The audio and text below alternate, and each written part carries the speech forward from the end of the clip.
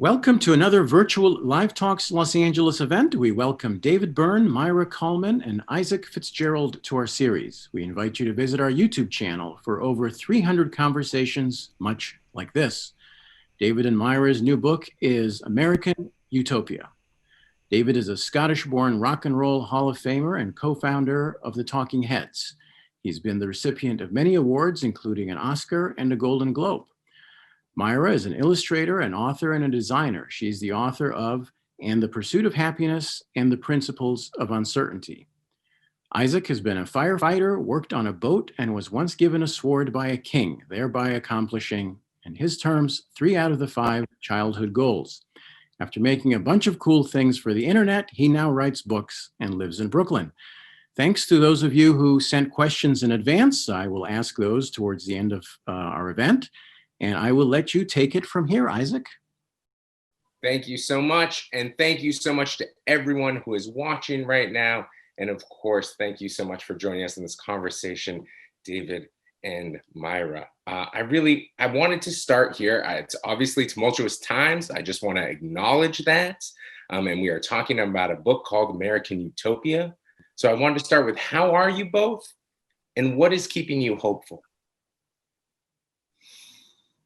I think that I can describe my state as a frazzled daze, kind of shock, a quiet shock. I could go on, but basically, the sense of incredulity about what is unfolding, and what gives me hope, among many things, is that there are incredible people out there doing fantastic things.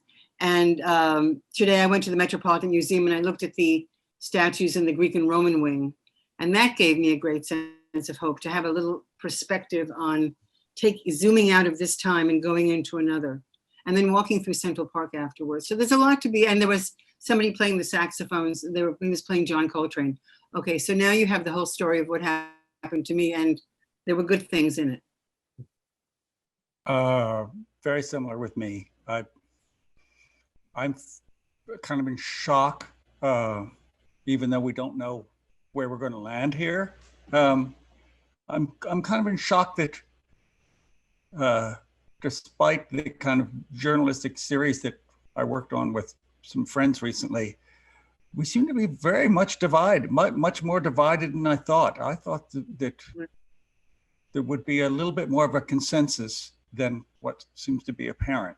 That we seem to be really two different nations in some ways. That to me is a little shock that still seems to be as true now as it was before.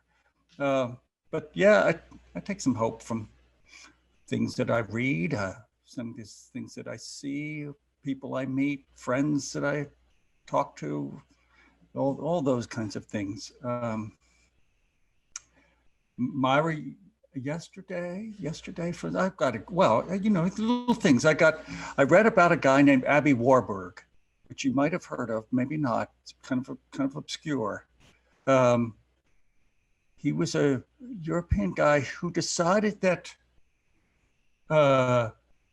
he was kind of an art historian in a way, but he wanted to see congruences and connections between things visually as opposed to in time or place. So he would connect the image on a Roman coin with something from, many centuries later or something like that.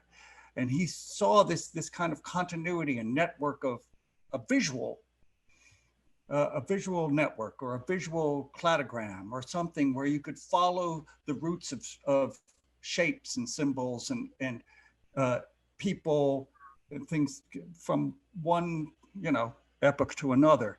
And he made his big project was he made these big boards, very big boards with all these images pinned to them. And he wanted to make a kind of an atlas, an encyclopedia of images, almost no text. And it would just fill these giant rooms with you'd walk through a maze made of these big boards covered with images. I thought that was such a beautiful thing.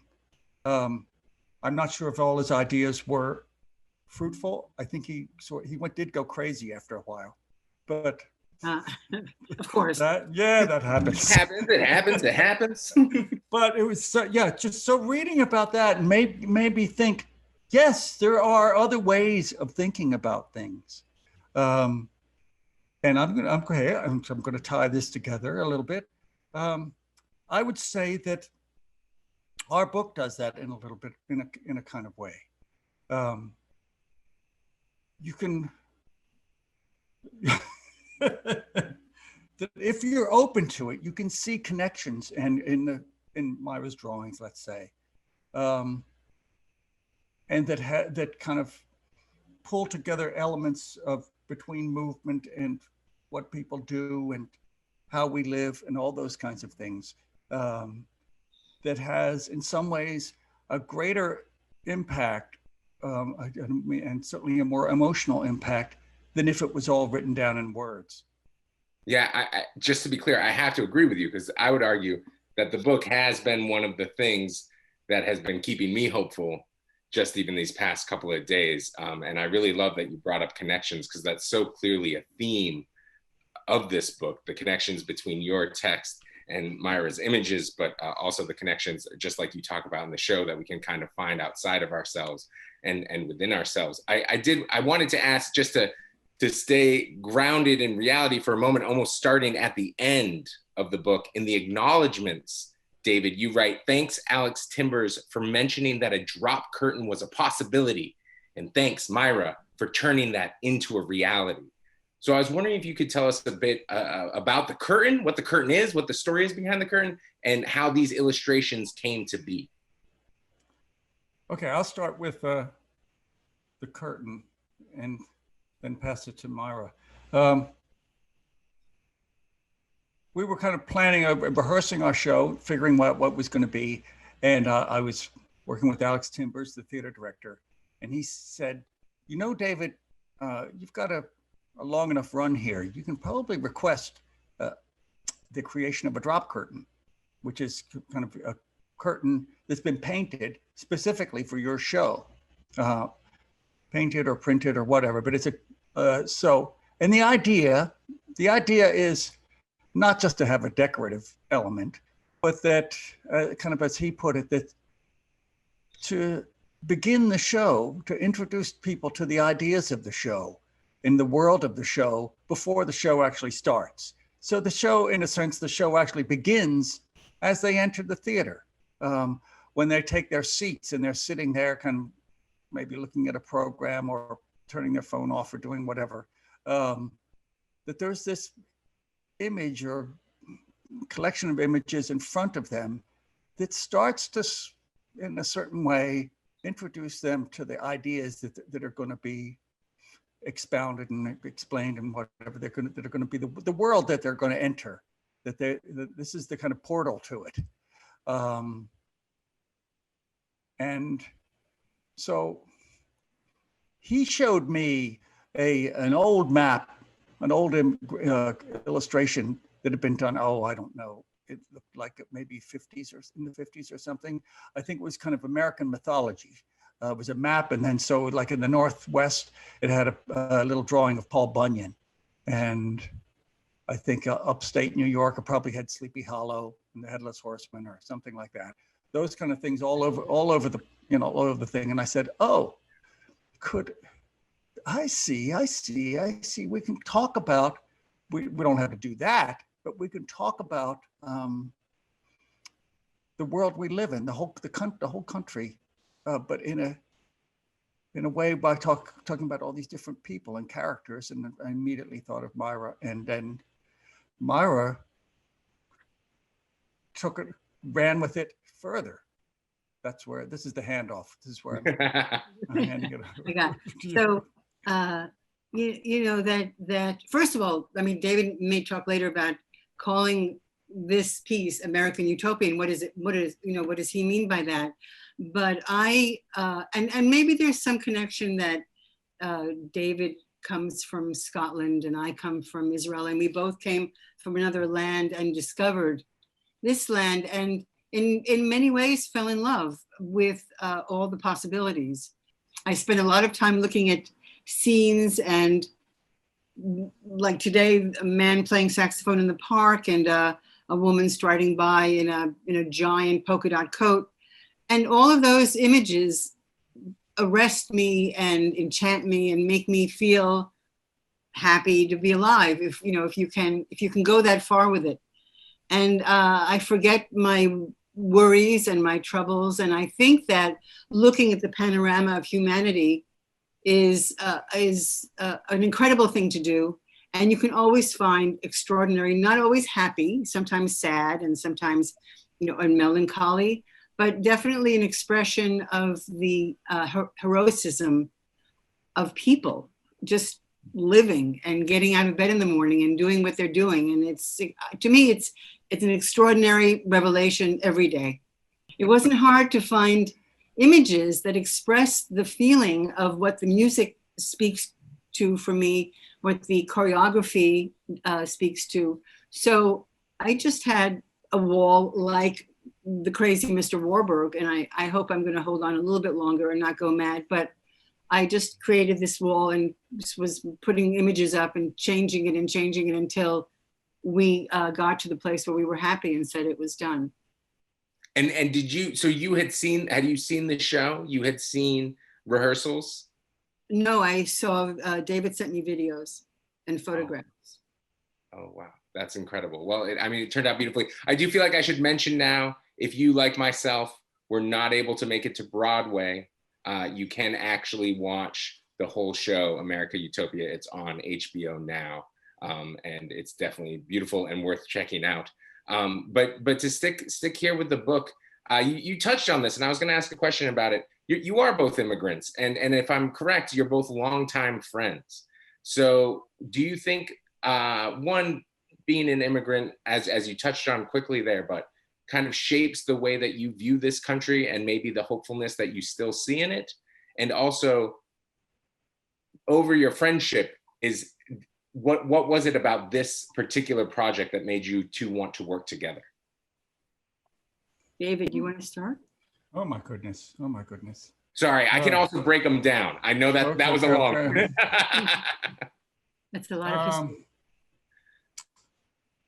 history. Being an immigrant, I had the opportunity, let's put it that way, of looking at things that Americans did from a slight remove, because sometimes what my family did at home as a child was slightly different. Like I could see that we ate with a fork, a knife and fork, one in each hand, and Americans tended to have this very convoluted way of cutting things up, putting the knife on the side, and then eating with a fork, just the fork. And I thought, oh, that's really different. I think I prefer what my parents do at home, but I understand that now different places do things differently, and sometimes for no apparent reason. And so, I sort of developed this perspective, and which was sometimes like that, slightly amusing, slightly puzzling. Why would they do that? But then, yes, but yeah, it was kind of enjoyable too. I came, should I say something? Yes, go ahead. Yes. Say nothing. How old were you when you came here?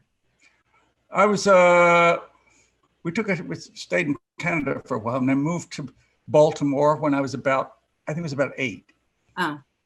That's a tougher age to come to. I was 4 when I came here. My sister was 8, and she had a lot more difficulty figuring out what was what. But I landed here and I thought, now this is an incredible place.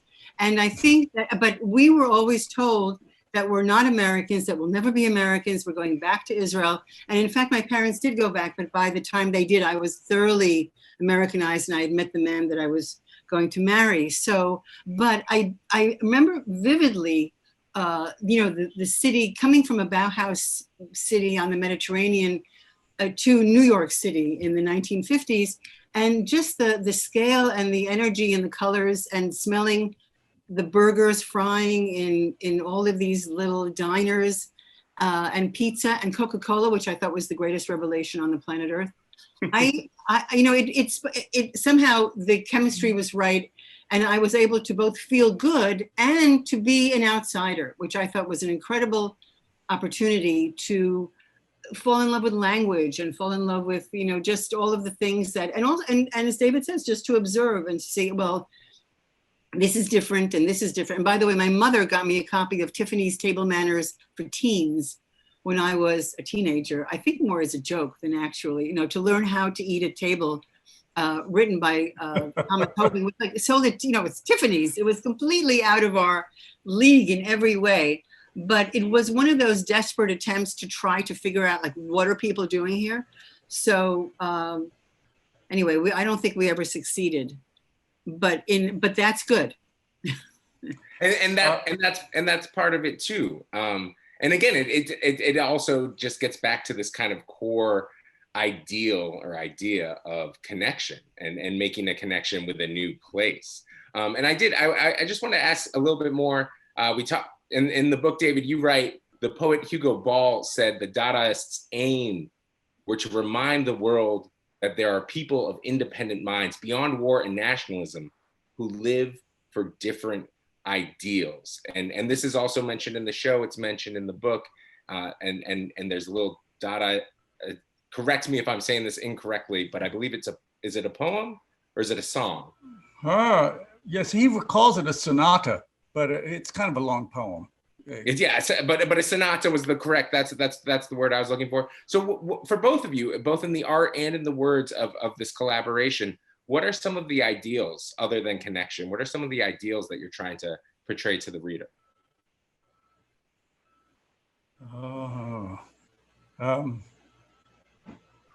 I think in a certain way, the show and the book have this in common, that we try and we use the kind of show business adage of show, don't tell.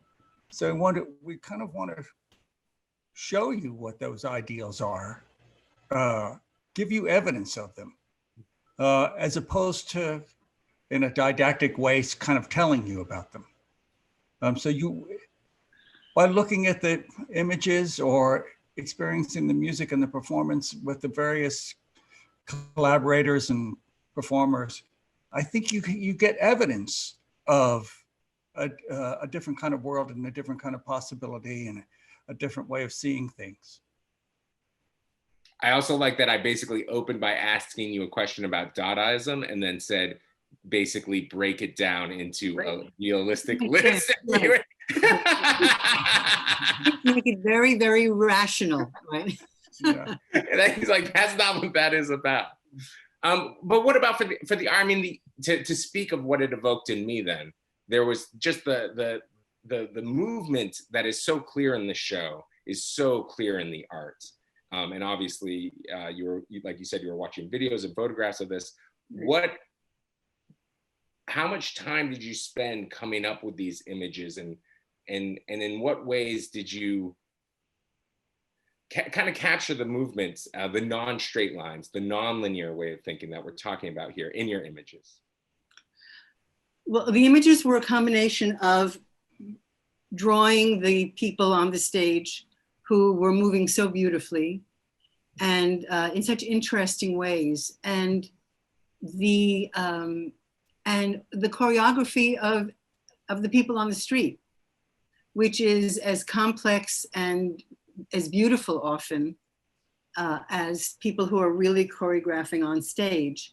And so the counterpoint of that, of something that was created as art and something that was created as getting through the day or celebrating the day, whatever it is that's happening, or struggling through the day, that really fascinates me. And I can just walk down the street and take pictures of people and sketch these moments that express that to me, and that they work together, that the connections are about finding beauty and meaning in every part of your day, the smallest things. so, not to say you're happy to be alive every minute, that would be insane, but that some of the minutes you're happy to be alive. Some of the minutes you're happy to be alive. Also, I do want to call back to something you said earlier, which is the heroism of getting out of bed, which might be a t-shirt or like something I stitch into a pillow, because the heroism of getting out of bed is beautiful. David, in the show, you did talk about spending time in North Carolina in 2016, registering people to vote. Can you speak a little bit about the experiences you had doing that, and kind of getting that hands-on in the democratic process? There's also the moment in the show where you kind of call out how few people tend to exercise their right to vote, but what was it like to make those connections kind of on the road, trying to encourage people to exercise their right? Yes, it's well, in a way, it's very encouraging that it seems like the voter turnout for this past week has been much higher than it has been in recent years. So that's at least encouraging. This year I went to Philadelphia because I didn't want to fly, so I took a train. I didn't want to fly to North Carolina or Georgia or wherever. So I took a train to Philadelphia and joined up with a voter organization. And we were in South Philly, which is predominantly a Black neighborhood.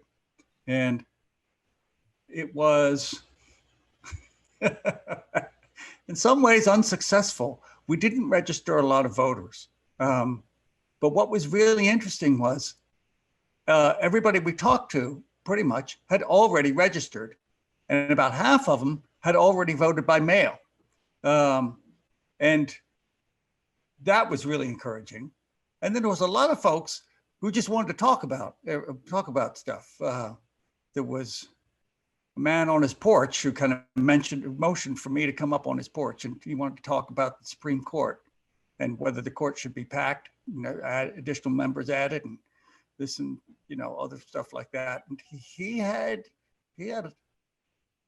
really thought about it a lot. He had a lot to say about this, and so it was, in a way, this was all very encouraging. That people were very engaged, and they were kind of really had made an effort to kind of do the reading and the research and kind of understand what was going on.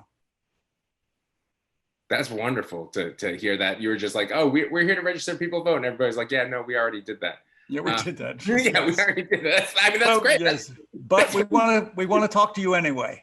Yes. Yeah, and that's it. That's what you want. Myra, for you, obviously, you've been talking a lot about going out into the streets, and even just the past day that you had, how you gained a little bit of hope observing people. Is there ever a time in your art where you get up and you're talking with people, or just in this project, how much did you two talk to one another? We talked a reasonable amount. We never talked too much. Well, but that's the best relationship. That if you don't have to speak to each other, it's excellent, because really you're saying, I know what you do and I know what you do, and we both do our work. And so, of course we're communicating, but not so much so that you kind of just want to go away. And so there were moments where we actually, to be specific, we would get together and look at the images on the wall.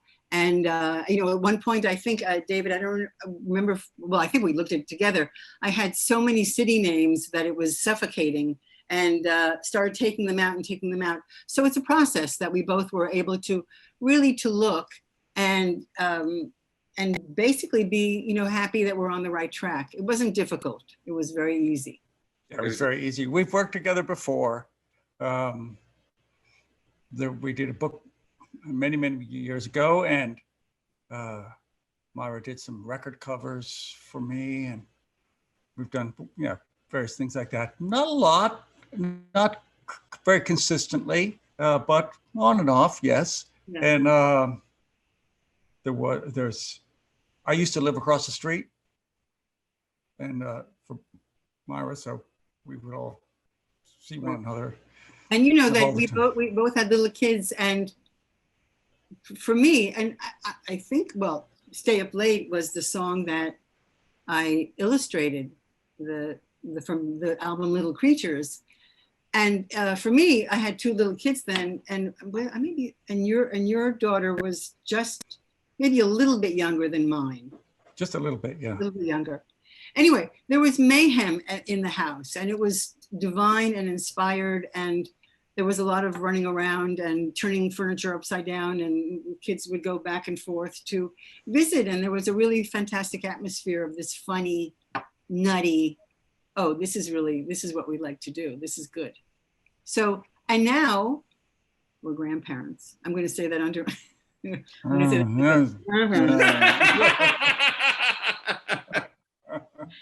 And things are still nutty and fabulous. So so I think we're really incredibly lucky, and madly grateful for all of it, most of it, some of it. What was the who were the choreographers that you worked with at the Met? Is that right? Monica Bill Barnes. Monica Bill Barnes, yeah. Yes. Monica Bill Barnes. Yes, that was I love that piece. That was the museum workout. Yeah. It was did it happen like on off hours, like before the museum opened or something? Yeah, it happened in the morning before the museum opened, and you did a workout going to different pieces. I don't know if any of you know this, but and then there was commentary that had been taped by me, and then at the end there was a breakfast of coffee and bread and butter, some like the essentials that you'd need after a nice workout at the museum. And it was incredible. It was such a success that it kept on going for 9 months or something, something like that. And it was really good. Anyway, it was a wonderful excursion. I saw another piece that they did that was done in the kind of shopping arcade downtown. Right. What's the name of that place? Not the World Financial Center, I guess it's called, or something there. Yeah, there's a shopping mall in there. So they did a dance piece in the shopping mall, and we in the audience had to put on headphones so that we could hear the music that the dancers were hearing, but nobody else in the room could hear it. Uh-huh. And so there was just all these shoppers and people passing through, and then maybe a couple of the people would start doing a little dance, and we could hear what they were dancing to, but nobody else could. And sometimes people just ignored them. This was kind of astounding to me that people just, New Yorkers just said, oh, okay, there's a couple of people dancing together in the middle of the shopping mall. Well, that's so what? Yeah, so what? Yes, it was really good. See, I'm the type of person I feel like I would start dancing even though I didn't have the headphones. Would be my problem, is I would join the group. But again, talking about capturing movement and talking about looking at the show and looking at the dancers, David, one of the things you mentioned in the show is how important it was to you that all of the performers were not tethered to the stage, that they could have kind of this free movement. And I was wondering if you talk about, you also, there's singing about dancing and trying to get better at dancing. What is it about dance? What is it about the movement of the body and the ability of your musicians to move around the stage that was so important to you? To me, it meant that it made it very apparent that the show is about us and our kind of physical presence as bodies, embodied in our bodies, and the other things we do, our facial expressions and our singing and everything else. But that's kind of what I say this in the show, that's what we're interested in. We really find other people very interesting. As if no one had noticed that. But and so I just thought, well, then let's acknowledge that, and let's just have here we are in our bodies moving around. That's what we love to look at. So let's have more of it. And let's acknowledge it, because I love that. It's a beautiful place. You're like, that's why do we like looking at humans more than a bag of potato chips? And it's just, we are far more interesting beings. Maira, I did want to come back real quick, because you mentioned you had all these locations, and then you pulled them from, you pulled out a few of the city names and the township names from the final piece. how did you come up, like, what, were you just throwing darts at a map? How are we coming up with these? There was some looking at cities, and there was some looking at maps. And there was also just going to sites that have incredible city names and town names. And so there were places that I'd heard of, there were places that I found on the web. And everything, as in everything, there is an edit and you just choose what you love. The only criteria is like, so what seems terrific and evocative and kind of, and also a little, you know, with a tinge of hopeful. If you call a place like Cream Can Junction hopeful, you know, then yes. But so, or Lizard Lick, you know, I appreciate those names. So it was a higgledy-piggledy. Maybe there's a town called Higgledy-Piggledy, but it was one of those wonderful, and you know, there's nobody saying, well, you should do that and you shouldn't do that. Of course, obviously I'm the boss. So it was nice. That's wonderful. And did you have a favorite, because I feel like I'm remembering, please stop me if I'm misquoting it, but I think it was Truth or Consequences? Yeah. In Utah? Is it Truth or Truth and? I can't remember. That's a great question. I feel like I was just looking at it. Probably Truth and is probably more what happens, but at any rate. Yeah, Truth and Consequences. Is it and? Yeah. Yeah, no, I believe it was Truth and Consequences. But yeah, did you have a favorite one that you loved? Oh, I can't remember them now. I mean, maybe Goofy Ridge. Maybe. I don't know. I'll have to call. No, it's hard to beat Goofy Ridge. That's absolutely fantastic. And so I wanted to ask, did you get to see the drop curtain in person? Did you get like, and can you talk about that experience, what it was like? I mean, for both of you to see that actually come to fruition. Well, I'll start from me and then David. So I saw the show 4 times. And every time was a revelation. I was completely ecstatic. And then I got there early, of course, just to see people's response to the curtain. And I thought, oh, it's really nice to see your work up large like that. It's like, that's not bad. Because usually I'm working on a piece of paper on it, you know, at a desk. So I thought, oh, my ego has blown up here and it's not, and I'm liking it. So it was great. And I really did feel that this kind of, you know, buzzy, zizzy preamble to the excitement and all of that energy of the show starting. So yeah, so I was happy.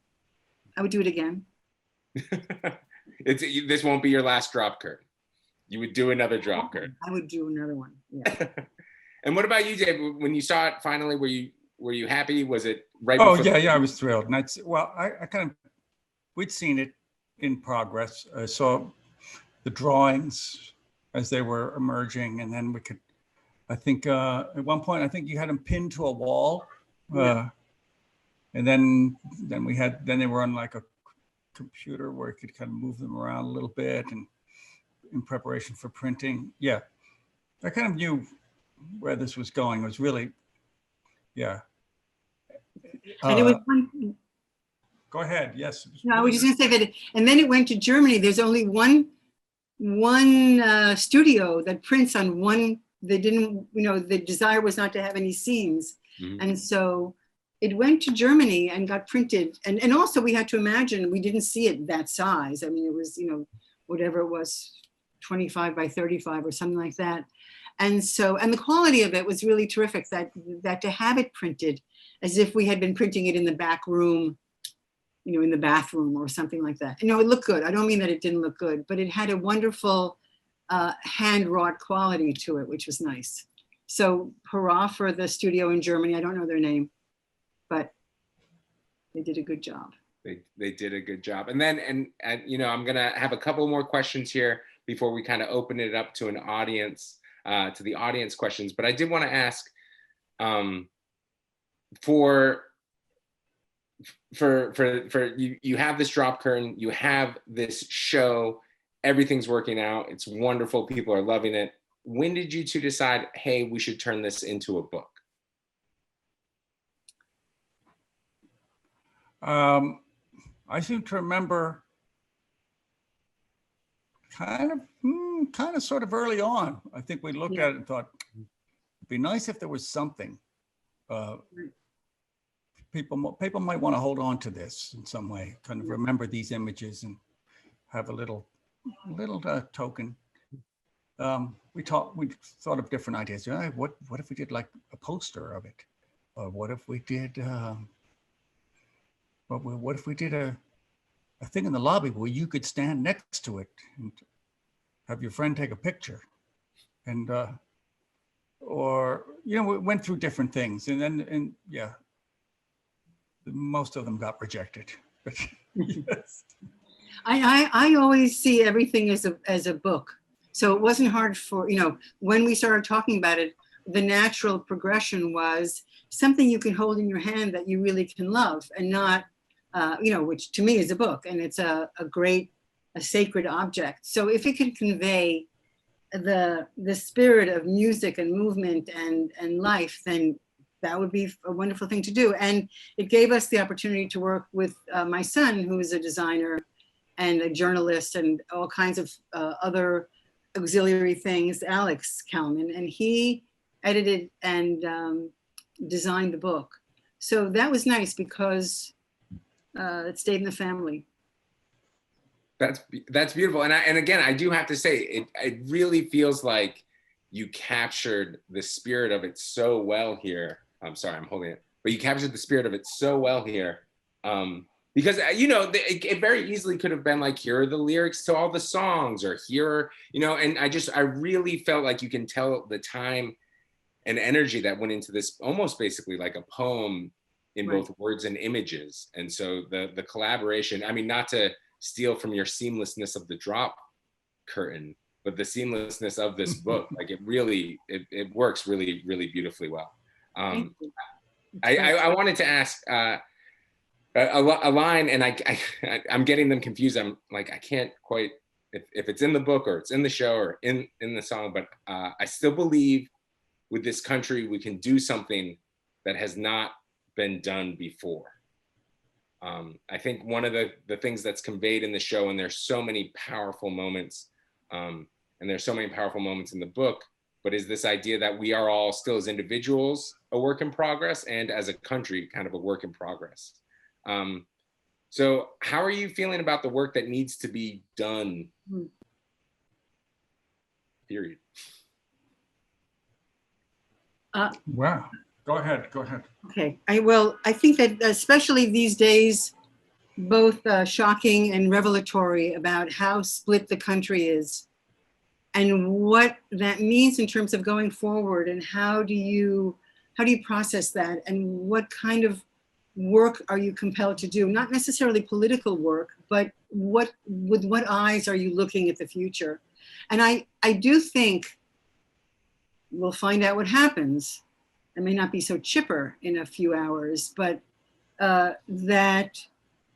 we talk about this, out of bad comes good, and whatever adversity is thrown at you, there has to be a reaction that is done by honorable people in an honorable way. And it may just take, it's a long process. It's going to take years. So I'm heartened that even though there were that many people who seemed to lean towards some kind of darker place, there are as many people who lean towards a place of light and kindness. So I don't know. We'll speak tomorrow and see how it's going. But I'm heartened. That's wonderful. What about you, David? I have restrained myself from, looking at the newspapers and news feeds, everything too much, because I feel like, I sort of did what I could do, and now it's we just have to see what happens. It's not me reading about it every hour is not going to change things. Just gonna make me crazy. Right. But yeah, it's a balancing act between kind of acknowledging the realism of what kind of hard work there is to be done, and the kind of precarious situation that we're in, with being kind of is seemingly divided as we seem to be, and then kind of the kind of sense of being encouraged and hopeful, seeing kind of people that are doing things, that are working together or bridging the divides and actually connecting with one another. So it's a kind of balancing act between those two things. I think that's correct. And one last quick final question, just because Maira, you alluded to this earlier, and I was wondering if we're going to get to it, but Maira, you did say David might speak to why the title American Utopia. So if we could just end on that final question, why the title American Utopia? David. Okay. It was actually suggested by a friend. Pays to listen to your friends sometimes. Yeah. It was not meant to be a statement of fact. It was, and it was not meant cynically either, or ironically. It was meant to convey that that probably like our parents when they moved to this country, came to this country, they were very hopeful. They thought that it was a place where you could start your life all over, start your life again, or start your life, and your life could be better, or life could be different than it had been, and maybe a tradition-bound old country, or whatever it might be. And that there are elements of that are still around, that still energize people, and that kind of thing hasn't completely gone away. So there's a lot to do, but I sense that there's a lot of what this country at least intends to stand for, it's often failed, that is very helpful if it can ever be realized. Maybe it will never be realized, but if it can be, or if we get a little closer to it, that would be very nice. That would be very nice. That's striving. Yeah, I mean, to quote you to you, the future is certain. Give us time to work it out. But both of you, David, Maira, thank you. I'm going to applaud just because these things are so weird without applause. You did a great job. Everybody at home, while you're watching this, feel free to applaud. If you're in a house where you can get that out, feel free to let it out. Good job. And now we're going to open it up to some audience questions. Go ahead. Great. All right. So our first question, and this is to both of you. How do you think the messages and vision of American Utopia changed or evolved in the transition from a 3D public performance to a 2D private experience? Well, I was doing a lot of dancing in my studio, so I tried to keep that going. And I hope you could see it in the paintings, and that that's our job, to translate one thing from one form into another form. So hopefully something that was very large and full of life and music and movement is still there in a small form that you can hold on to, and you can feel the people dancing. So I don't know if that answers the question, but David, do you have something to add, or? Not much. I think I was very happy with the way the book captures some of the essence without kind of literally reproducing it. Yeah. Next question. Please talk about your partnership with Spike Lee to produce the movie version of the Broadway show. I approached Spike when we were in the beginning, and we were doing out of town run, as a lot of theater things do. We were in Boston, and I had a feeling that the show was maybe going to work in a filmed version of some sort. And because it's a show that kind of has a middle and a beginning and an end. Not in that order. Not in that order. No, not in that order. So, although we could put the middle first. I was going to say you could do it that way, but anyway. Yeah. So I invited Spike to come see it, and he, after he'd seen 2 shows on a Saturday, he said, "Yeah, I want to do this." But then we had to find the money, which took many, many months.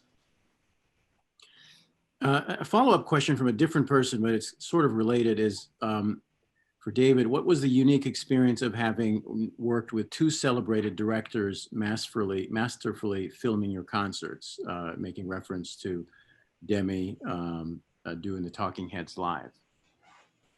They were friends. Jonathan and Spike were friends. They admired each other's work. So it was nice. It was nice to feel that kind of through line.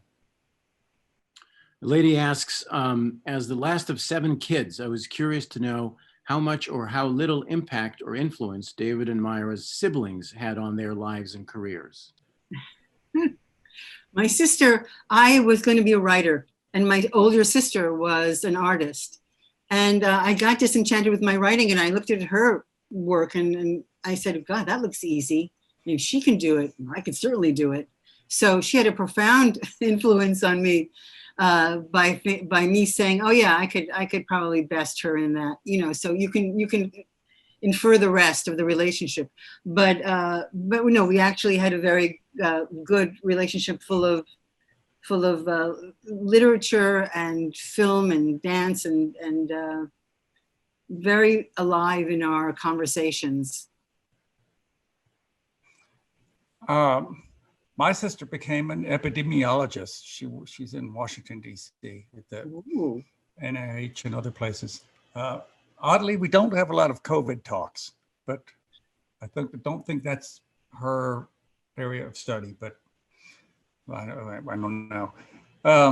So in a certain way, when I was growing up, I had kind of almost an equal interest in the arts and in the sciences.